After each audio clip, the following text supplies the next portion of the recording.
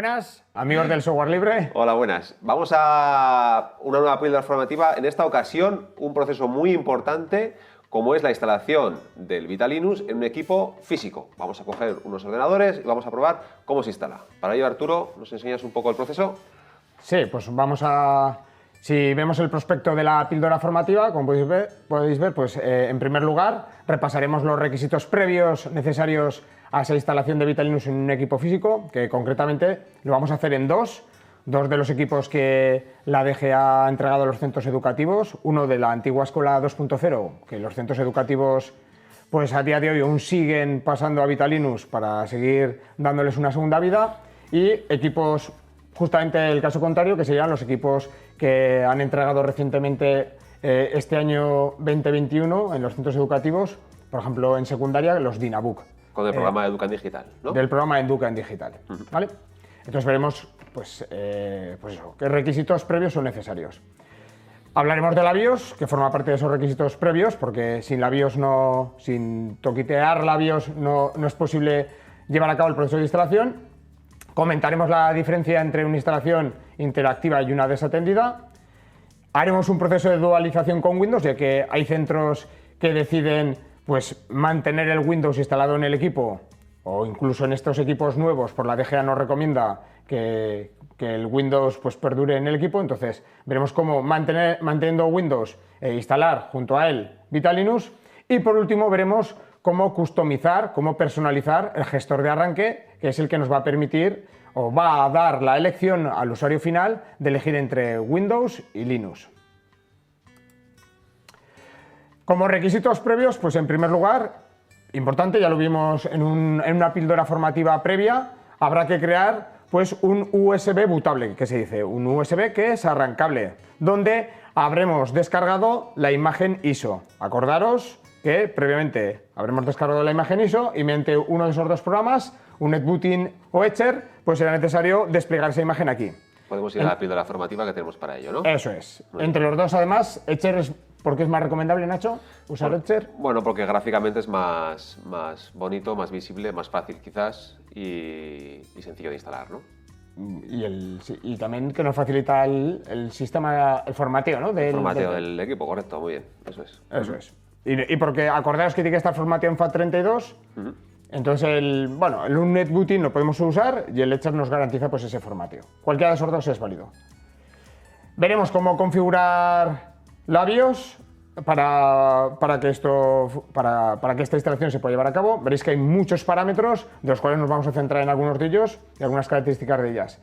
Es importante esta BIOS y por eso vamos a usar estos dos casos diferentes, porque las BIOS antiguas, vamos a decir así, las BIOS de equipos de unos años atrás, eran BIOS que se llaman Legacy, y las nuevas BIOS que tienen los equipos pues, actuales pues se llaman BIOS UEFI.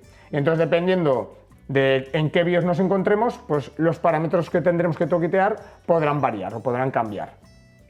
Y por último, como ya hemos dicho, pues veremos qué requisito en cuanto a Windows tenemos que tener en cuenta pues para que puedan convivir juntos. Concretamente, pues veremos en cuanto a particiones de disco, cómo tiene que estar particionado ese disco en Windows para que se pueda llevar a cabo esa dualización, y tendremos que deshabilitar el inicio rápido en la gestión de energía en caso en que esté habilitado. ¿Vale? Importante esa parte de partición de discos, porque, como vamos a comentar ahora en la parte de la BIOS, en el caso en que la BIOS sea Legacy, pues el número de particiones, es un recordatorio que os hacemos por si acaso este detalle no lo sabéis, en el caso en que la BIOS sea Legacy, el número de particiones máximo que admite el disco son 4 particiones. Eso significa que si nuestro Windows ya estaba particionado en 4 particiones y estaba instalado en modo Legacy, sobre una BIOS Legacy, pues va a ser imposible instalar el Vitalinux, a no ser que eliminemos alguna de esas particiones que se han hecho pues, para guardar datos o para cualquier otra función. Bueno, ahora iremos comentando un poquitín también en detalle eso. Importante, para poder acceder a la BIOS, pues depende del tipo de ordenador. Hay ordenadores, dependiendo del modelo, que se accede pulsando la tecla F2, nada más darle al botón de encendido, pero hay otros que es pulsando la tecla F10, otros la tecla suprimir, otros la tecla escape. Lo recomendable es que, lógicamente, googleéis con el modelo concreto del equipo en el que vais a hacer la instalación de Vitalinux y os informéis de cuál es la tecla de acceso a la BIOS. En estos dos modelos concretamente que vamos a manejar, el Toshiba NB510 de la escuela 2.0 y el Dynabook de Educa en Digital, pues la tecla de acceso a la BIOS en los dos es la F2, ¿vale? Pero podría ser diferente, no tendría por qué ser la misma. Lo que comentamos, ¿cómo sabemos si la BIOS es legacy o UEFI? Nada más que entremos lo vamos a ver. Ahora vais a ver a modo de ejemplo en este. Entonces, imaginaros, ¿por qué necesitamos entrar en la BIOS en el ordenador? Pues vamos a entrar en la BIOS en el ordenador porque necesito indicarle al ordenador que ya no quiero arrancar desde el disco duro que tiene internamente el ordenador. Quiero arrancar desde el USB bootable con Vitalinux que hemos creado, a través del cual llevaremos a cabo la instalación. Entonces, ¿qué tenemos que hacer? Tenemos que pinchar ese USB bootable en el equipo y a continuación lo que tengo que hacer es decirle a la BIOS que se olvide el disco duro y que vaya al USB. Vamos a verlo. Entonces arrancamos con el botón de encendido y una vez que le hayamos dado el botón de encendido, tecleamos la tecla F2. Una vez que hemos tecleado la tecla F2, pues estamos ya accediendo a la BIOS del sistema. La BIOS, dependiendo del modelo de BIOS, pues lógicamente tiene varios menús. De estos menús, pues como podéis advertir, hay uno que está claro que es el de boot, que es el encargado o el que decide el orden de arranque o cómo va a arrancar. Como podéis ver, ahí tenemos el orden de arranque, donde el orden aquí ya está en primer lugar, que arranque desde USB, pero os podéis encontrar que primero puede arrancar desde el HDD, ¿vale? ¿Cómo se cambian esas opciones? Pues si os vais al menú, ¿vale? Al menú que tiene a la derecha o a la parte informativa que tiene a la derecha la BIOS, os dice qué tenéis que hacer. Pues por ejemplo aquí nos dicen que teclando las teclas F5 y F6 podemos, como veis, alterar la posición de los dispositivos en el boot order, ¿vale? Entonces, ¿qué tendremos que hacer? Pues situar siempre como elemento prioritario, el primero de todos ellos, el USB desde el que queremos arrancar. Pues entonces simplemente lo subiríamos arriba y ya está. ¿Qué más tendríamos que mirar? Si la BIOS es UEFI o es legacy. ¿Cómo lo sabemos? Mirando si hay algún parámetro referente a UEFI, referente al Secure Boot. Si echamos un ojo al Boot o al Advanced, o a alguno de esos dos, o al Security, ¿vale? Algunas de esas pestañas, y vemos que en ninguna de las tres encontramos nada relacionado, o que no nos están diciendo nada ni de UEFI ni de Secure Boot, entonces es que la BIOS es legacy, como es este caso, ¿vale? Entonces aquí no hay que hacer nada más que eso. Simplemente lo único que tenemos que hacer es, repito, modificar el boot order para que arranque desde el USB. Y con esto ya lo tendríamos. Una vez que ya lo tenemos, le podríamos dar a la F10, que nos dice la utilidad, que es la que nos permite guardar y salir, y ya está. Entonces le daríamos a la tecla F10 y guardaríamos y saldríamos. También, importante, os lo voy a comentar, aparte de esto, tenemos la opción. Los ordenadores y sobre todo los actuales tienen la opción de acceder directamente al boot order sin pasar por la configuración de la BIOS, sin configurar así. Pues lo mismo, por ejemplo, en este ordenador, ¿vale? Si yo lo enciendo y en vez de apretarla o pulsar la tecla F2, pulsamos la tecla F12, podríamos acceder directamente al boot order. Entonces desde aquí, como veis, directamente me voy al boot menú y ya podríamos decidir que queremos acceder o arrancar desde el USB. Ambas opciones son válidas. La que siempre va a funcionar es la que hemos comentado en primer lugar, acceder a la BIOS y configurar su boot order para que en primer lugar sea el dispositivo arrancable el USB. Pues nada, le decimos que arrancamos desde el USB e importante, llegaríamos a la, vamos a decir así, la ventana de bienvenida del instalador de Vitalinux, que nos dice cuál es el modo de instalación que queremos llevar a cabo. Fijaros que el propio instalador, si os fijáis en las opciones del menú, acaban en legacy. O sea, nos está diciendo que queremos hacer una instalación legacy. Entonces eso quiere decir que el propio instalador ya se ha dado cuenta que la BIOS es legacy, que vamos a llevar esa instalación a cabo. Bueno, entonces, a modo de ejemplo, si en este ordenador vamos a hacer una instalación de forma desatendida y en el otro la haremos de forma interactiva y dual con Windows. Es decir, vamos a elegir en este caso esta opción de aquí que pone desatendida y luego en el otro veremos la instalación dual. En el caso que sea desatendido, pues simplemente tendremos que darle al botón de elegir esa opción y ya desentendernos. ¿Qué quiere decir que es desatendido? Que el ordenador no va a interactuar con el usuario, no es interactivo y por tanto no nos va a pedir ningún dato necesario para la instalación. Él se va a limitar a coger e instalar ya con una receta precocinada el sistema Vitalinux dentro del equipo. pues ya simplemente le daríamos a desatendido y comenzaría ya el proceso de instalación. De acuerdo, en el caso en que el equipo, su BIOS ya sea UEFI, como es el del otro ejemplo que vamos a ver ahora, el del DynaBook, de Educa Digital, pues os recuerdo que entonces tendremos que tener en cuenta el Secure Boot. El Secure Boot hay que deshabilitarlo. ¿Por qué hay que deshabilitarlo? Porque es vamos a decir, una medida que adoptan ahora las BIOS para asegurarse de que el sistema operativo que se instala en el ordenador sea un sistema operativo fiable, confiable en él. Entonces, ¿qué es lo que ocurre? Que Vitalinux o un Windows que haya sido precocinado por alguien o cualquier otro sistema operativo como tal que no sea un Windows oficial, pues lo va a considerar como un sistema operativo inseguro y por tanto no nos va a permitir instalarlo. Entonces hay que quitar o hay que deshabilitar el Secure Boot. Hay que asegurarse de que esa opción está deshabilitada. Pues nada, vamos a hacer lo mismo. Entonces cogeríamos el pincho, lo introduciríamos en el equipo correspondiente y accederíamos a la BIOS. En este caso, para que os deis cuenta, también para acceder a la BIOS es necesario pulsar la tecla F2, pero en este caso es necesario mantener la tecla F2 pulsada previamente durante al menos 2 segundos, 2 o 3 segundos, antes de darle al botón de encendido. Es decir, yo pulso la tecla F2, me espero unos segundos y entonces ya lo enciendo, manteniendo lógicamente la tecla F2 pulsada.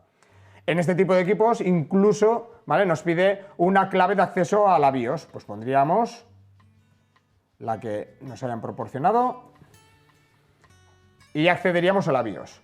Dentro del menú, ¿qué tenemos que hacer? Pues repito, tenemos que buscar en el menú de seguridad si existe el parámetro Secure Boot. Esta es una BIOS actual, lo tiene. Nos tenemos que meter dentro de él y asegurarnos que está disabled. Como veis, está disabled. Pero, ojo, si estuviera enabled, pues lógicamente lo pasaríamos a disabled. ¿Qué más? Pues tenemos que irnos al menú boot. ¿Por qué? Porque queremos modificar el boot order, ¿vale? Entonces, ¿qué tenemos que hacer? Tenemos que hacer que el dispositivo USB pase a estar en primer lugar. Lo mismo, tenemos que poner la primera opción. ¿Cómo modificaríamos en este caso el boot order? Pues simplemente nos pondríamos en la primera de las opciones, le daríamos al Enter, me mostraría un menú con las diferentes opciones y nos aseguraríamos que la primera es el USB Key, concretamente el Toshiba, que es el modelo de este dispositivo USB, pues esa es nuestra primera elección. Y así nos aseguraríamos que en primer lugar la BIOS va a tomar como decisión pues arrancar lo que haya en ese USB. Aparte de esto, pues podríamos destacar algún otro parámetro de la BIOS como es el Intel virtualización. ¿Vale? Es interesante que esté habilitada en todas las BIOS porque es útil, por ejemplo, si luego a posteriori sobre ese sistema operativo vais a hacer uso de VirtualBox o cualquier otra herramienta de virtualización, ¿vale?, para que pueda compartir con esa herramienta los recursos hardware que dispone la máquina. Una vez que lo tenemos, pues simplemente, igual que antes, le daríamos a la tecla F10, en este caso, para salir y guardar la configuración. En este caso, como veis, ya ha accedido al menú inicial del instalador de Vitalinux y ha cambiado respecto al caso anterior. Es decir, el pincho es el mismo, pero el menú ha cambiado. ¿Por qué? Porque ha detectado que la BIOS es UEFI. Como veis aquí, ahora las opciones terminan en instalar Vitalinux, UEFI, instalar Vitalinux no sé qué, UEFI, ¿vale? Ya la ha detectado automáticamente. Vale, importante, en este caso vamos a hacer un ejemplo de instalación dual. Es fundamental que el Windows que está instalado en el equipo también está instalado en modo UEFI. La pregunta que os podríais hacer es, ¿pero puede ser que el Windows que esté instalado en el equipo siendo la BIOS UEFI sea ese Windows Legacy? Puede ser, porque las BIOS son compatibles. Es decir, las BIOS UEFI son compatibles con las BIOS Legacy anteriores. Entonces, si yo tengo un Windows que es únicamente Legacy, es instalable en una BIOS UEFI. Pero no se podría dualizar, con un Vitalinux en modo UEFI, porque no se entenderían entre sí. ¿Qué habría que hacer en ese caso? Que no es el caso que vamos a abordar aquí. Pues habría que deshabilitar la UEFI en el ordenador. ¿Para qué? Para que, de esa forma, al deshabilitar el modo UEFI, pues el instalador de Vitalinux vería una BIOS Legacy y así se instalaría en modo Legacy igual que el Windows que se instaló en su momento. Y así podrían convivir las dos. Vamos, que si el Windows está en Legacy, Vitalinux tiene que estar en Legacy. Y si el Windows está en UEFI, el Vitalinux tiene que estar en UEFI. Eso es. Acordaos que para ver la UEFI o Legacy tenéis la extensión al final. Luego también podemos ver en Windows cómo está en UEFI o en Legacy. Sí, ¿no? Sí, lo podemos ver, pero para ello tenemos que entrar en Windows y tenemos que ver su particionado, que es además una cosa de las que vamos a ver ahora. Vale. Bueno, importante, en principio le podríamos dar a la opción de interactivo dual con Windows, pero antes de darle, ¿vale? Vamos a entrar en Windows porque hay casos, hay situaciones de instalación en la cual esto no sería suficiente. Y ahora vamos a explicar por qué. Una vez que ha arrancado Windows, esto no siempre es necesario hacerlo, sino en casos excepcionales, por ejemplo, como puede ser el del Dynabook, ¿vale? Lo que vamos a hacer es un par de cosas.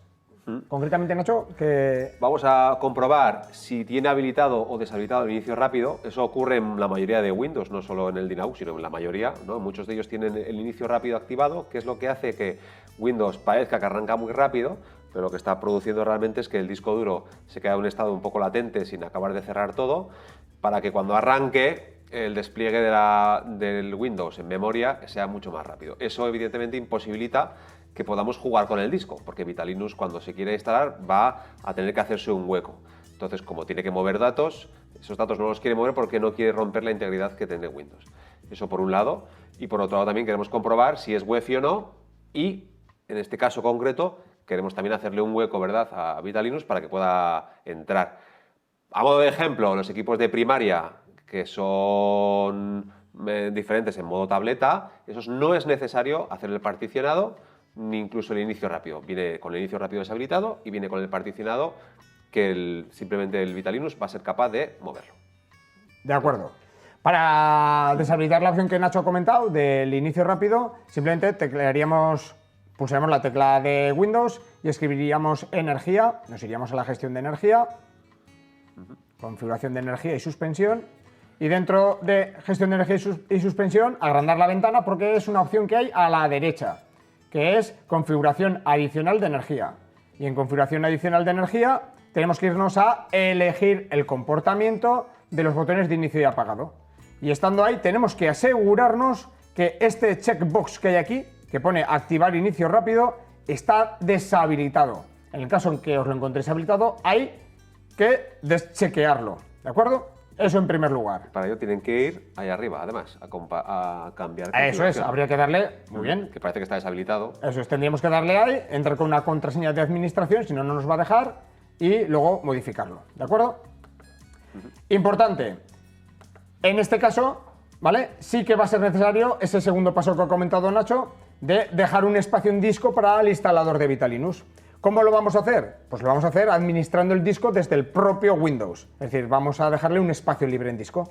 ¿Qué es lo que sucede? Que este tipo de ordenadores, como están pensados para prestarlos a los alumnos, en este caso concreto, pues el usuario que ha iniciado sesión no tiene poder administrativo sobre la máquina. Entonces, ¿qué tenemos que hacer? Pues tenemos que cerrar sesión de la sesión de estudiante en este caso y iniciar sesión como docente, que ya tiene poder administrativo. Para ello podemos hacer control al suprimir, eso ya me permite cerrar la sesión o cambiar de usuario, podemos darle rápidamente a cambiar de usuario y ponerle la contraseña correspondiente. Una vez que ya hemos iniciado sesión con una cuenta de un usuario administrador, en este caso docente, ya podemos pasar a administrar el disco. Para ello nos dirigimos al icono que tenéis en el escritorio mismo, el de este equipo, que es el antiguo, bueno, es el lanzador modernizado del antiguo Mi PC, ¿no? Le daríamos con botón derecho del ratón sobre él y le daríamos a administrar. Al darle a administrar nos sale pues la consola administrativa de Windows y ya nos iríamos a la sección de administración de discos. Y ahí podemos ver cómo se encuentra el disco particionado.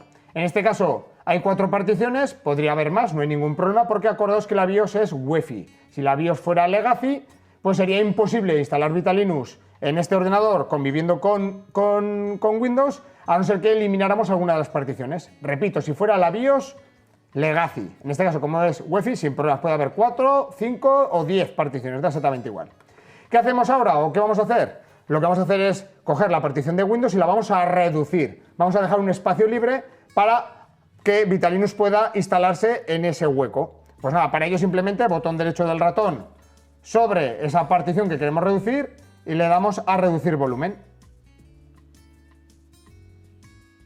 Esto nos va a sacar una ventana que nos va a indicar cuánto espacio le podemos quitar? ¿Cuánto espacio podemos reducir? Nos dice que el tamaño total son unos 100 gigas, ¿vale? Y que le podemos reducir 70, lo que significa que Windows ya ha copado 30. ¿Cuánto le podemos dar a Vitalinux? Pues bueno, la mitad, por ejemplo. Pues si el tamaño total de la partición son 100, pues unos 50.000, ¿vale? Aproximadamente. Y ya le damos a reducir. Y en este proceso, pues, simplemente el administrador de discos de Windows, como veis, ha dividido en dos partes. La partición la ha reducido y nos ha dejado una parte donde instalaremos ahí el Vitalinux. Además, aquí también podemos comprobar, ¿no? Que Eso es. Que el sistema está instalado en modo UEFI, ¿no? Es lo que decíamos. Muy bien, como está comentando Nacho, a través del administrador de discos, ahí ya podemos ver que está en modo Wi-Fi. Nos lo ha dicho el instalador de Vitalinux en el menú de inicio del instalador, pero también lo podemos ver desde aquí. Importante, vamos a decir así, esta reducción del volumen para dejar un trocito sin asignar para que ahí se pueda instalar Vitalinux solo es necesario en casos muy puntuales, ¿vale? Si no, el propio instalador lo hace ya de manera automatizada. En este caso es obligatorio. Ya ves que es un proceso que cuesta muy poco, se puede hacer, pero bueno, en la mayoría de los casos el propio instalador pues lo logra hacer y sin que lo tengamos que hacer nosotros explícitamente. Hecho esto ya, pues ya podemos volver otra vez a iniciar el proceso de instalación, que significa volver a apagar el ordenador, insertar el pincho USB y decirle a la BIOS que arranque desde ese pincho USB. Bueno, entonces, una vez lo mismo, ¿no? Que hemos insertado el pincho USB, arrancado, accedemos al menú de instalador de Vitalinux y elegimos la opción que ya hemos comentado previamente, la de la instalación dual con Windows. Si le damos al Enter, ¿vale? Este ya no va a ser desatendido, que quiere decir que el proceso de instalación en algún momento va a interactuar con nosotros, va a ser interactivo, nos va a preguntar, concretamente ¿qué nos va a preguntar? Pues nos va a salir una ventanita donde nos va a mostrar que ha detectado que hay un Windows instalado en el equipo y simplemente quiere corroborar, quiere comprobar, quiere que nosotros le confirmemos que realmente queremos instalarlo junto a él, como veis, ¿no? Entonces aquí ya nos está diciendo esta ventanita, como podéis ver al principio de la ventana, que ya ve que tiene el Windows Boot Manager instalado y que por tanto sí, lo que queremos es instalarlo junto a él. Pues claro, eso es lo que queremos, pues ya le decimos que sí. En el momento que le demos a instalar, pues el proceso de instalación simplemente se limitará a instalarlo en el hueco que le hemos dado, en el hueco que le hemos dejado mediante el administrador de discos. Y ahora ya simplemente confirmamos y ya el proceso de instalación ya sí que no se detendrá hasta el final. Una vez que se ha terminado la instalación de Vitalinux en el equipo de manera dualizada, no va a ser suficiente en algunos casos. ¿Cómo lo vais a saber? Porque iréis a arrancar el ordenador ya dualizado y podréis comprobar que está constantemente arrancando en Windows. Y diréis, ¿y por qué me sigue arrancando en Windows si le hemos instalado el Vitalinux de forma dual? Bueno, eso es porque la BIOS, ¿vale?, sigue arrancando lo que se llama el gestor de arranque de Windows. Entonces el gestor de arranque de Windows solo ve Windows y solo arranca él. Por tanto, como último paso, para que el sistema quede correctamente dualizado, que es entrar en la BIOS nuevamente.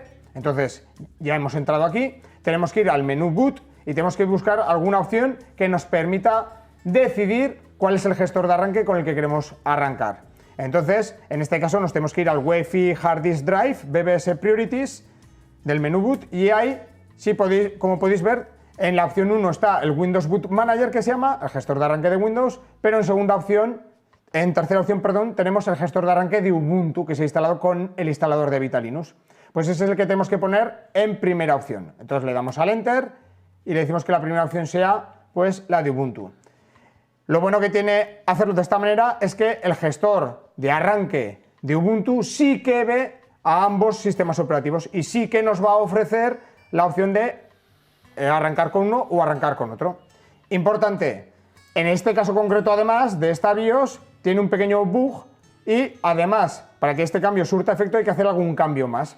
Un cambio más en la BIOS, es decir, con un cambio no es suficiente, no persiste en el sistema, hay que hacer un cambio más. Pues por ejemplo podemos irnos a Advanced y cambiar algún otro parámetro que no vayamos a usar. Pues por ejemplo el Wake on WLAN, el despertar el ordenador vía WLAN, si no lo vamos a usar, pues por ejemplo lo deshabilitamos. Hecho todo esto, que repito que este último cambio es simplemente para garantizar la persistencia del anterior, le damos al F10 y le daríamos a salir y guardar. Una vez que lo hayamos hecho, pues el ordenador arrancará ya con el gestor de arranque de Ubuntu. Y como podemos ver, ya nos ofrece en un menú, pues si queremos arrancar con Vitalinux, que es un Ubuntu por debajo, porque es en lo que se basa, tal como explicamos en otra píldora formativa, o con el Windows a través de su Windows Boot Manager.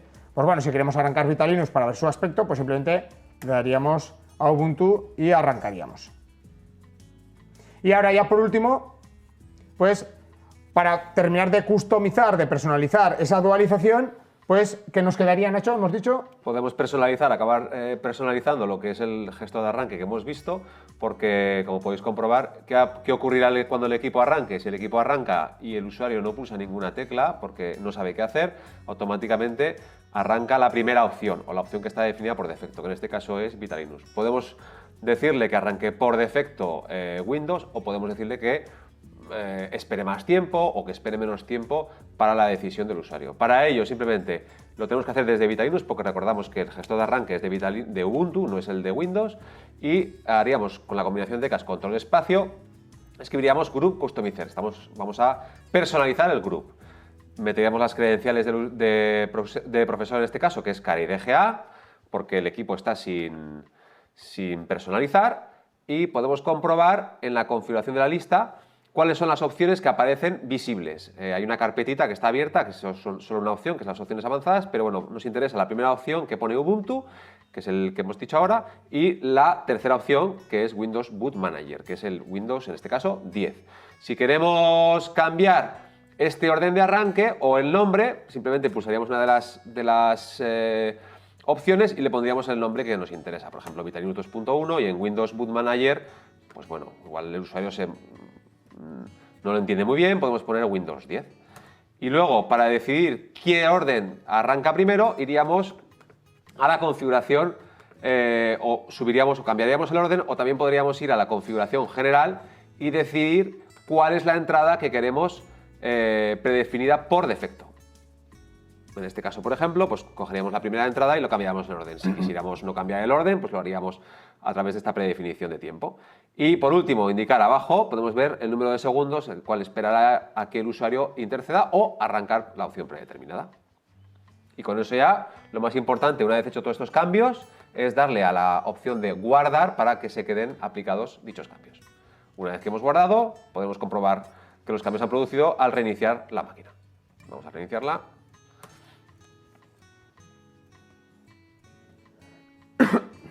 Vale.